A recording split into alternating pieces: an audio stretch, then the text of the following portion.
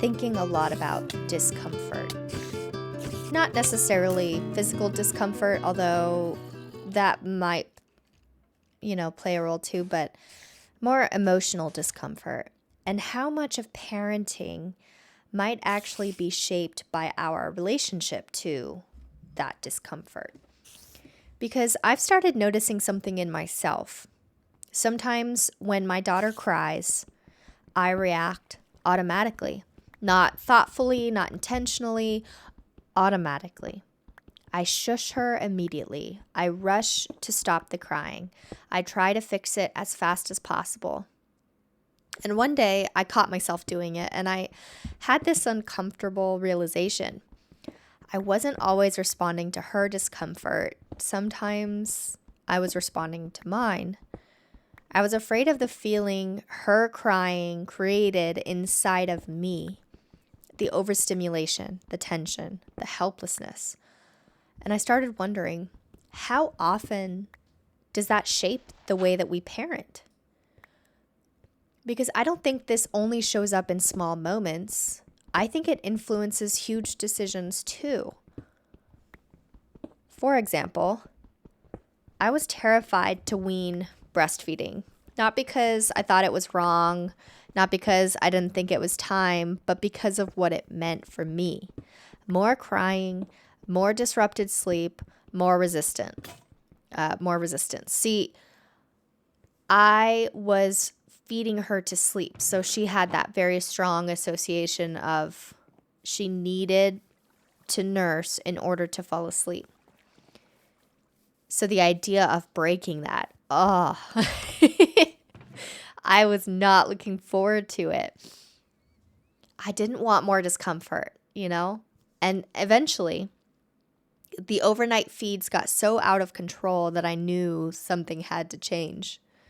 So I did it, and it was hard, not just for her, but for me, because every part of me wanted to avoid the discomfort of the transition. But once I moved through it, I realized something important. So much of parenting seems to involve this exact dynamic. The temptation to choose the path of least resistance, not because it's best, but because it relieves discomfort quickly. And I don't even say that judgmentally. I think it's deeply human.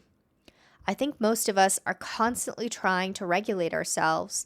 We're trying to avoid pain, avoid overwhelm, avoid emotional strain.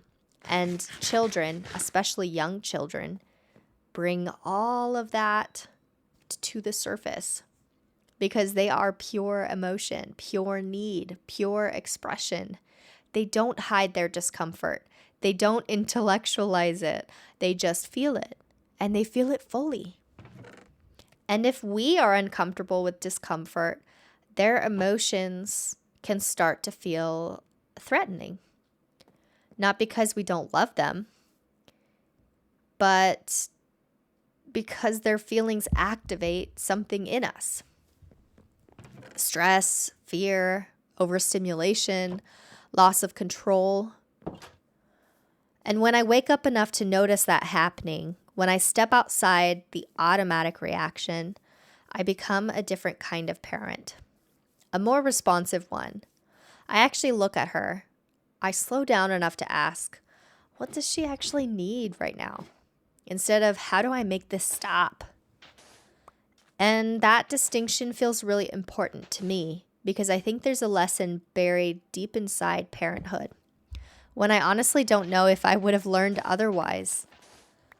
Parenthood forces you into discomfort constantly. The constant stimulation, the interrupted sleep, the unpredictability. You can't fully control it. You can't optimize it away.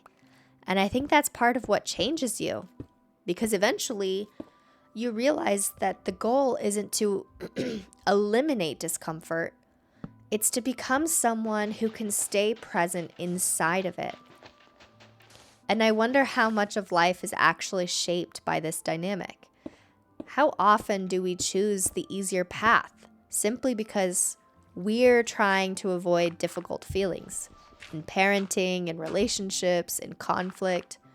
How often are our choices driven not by what's most aligned, but by what reduces discomfort the fastest. And maybe the deeper work is learning how to tolerate discomfort without panicking, without shutting down, without needing to immediately escape it. Because the more we become comfortable with discomfort, the safer our children's emotions become. Their sadness doesn't scare us. Their anger doesn't scare us. Their frustration doesn't scare us. We stop needing them to be calm all the time because we are more grounded. And I think children can feel that. They can feel when their emotions are too much for the adults around them. And they can feel when they're accepted fully. Not just when they're happy and easy and adorable, but when they're screaming, crying, melting down, when they're at their hardest. And maybe that's one of the greatest gifts we can give them. The feeling that all parts of them are welcome here, that their big feelings don't overwhelm us, that we can handle them. Not perfectly, but steadily and honestly. I don't think I would have grown past certain parts of myself without becoming a mother. I think parenthood exposed things in me that comfort could hide.